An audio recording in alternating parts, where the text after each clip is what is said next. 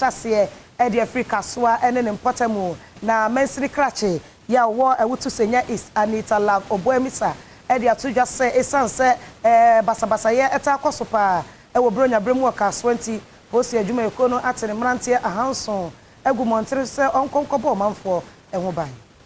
mensiri krache wo ewutu senya is Anita Love Oboemisa e de ato omanfo a owo Kasoa enim se bronya bre edru se yia wonmo ankasa emo won ho ban esanse enipa pii ene de kronobo esi wonmo ani so a bronya bre yi wo bayire omanfo age won niema ochimi se enche bia na branti a wadi mfi aduonu no moye mobile money akronfo mi yenu koto share no so eto no tu ochire sesese wate aposifo ahanso ena egu montene obeba omanfo eho ban renhwe no huye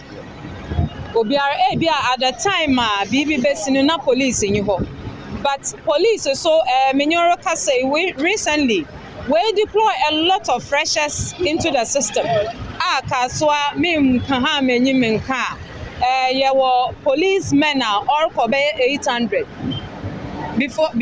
before this season no na wo form kakra sisi a wa akosor so they are going to intensify their patrol system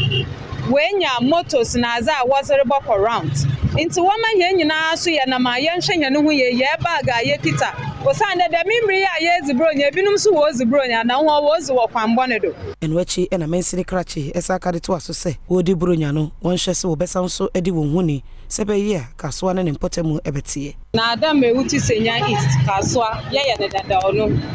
busume biara ye prapra na de mimri embre ne nsun na oye festive season oye bra ye huda doma abakrom bronya aso into ode yesese krom ye nyi hwana water na ze assembly ne mpeyimfu nyinara ye prapra ma obeya ekrom beto ma bronya ye reason so yezin wo asudwim na yezin wo cleanliness meeting and ya bade yesese krom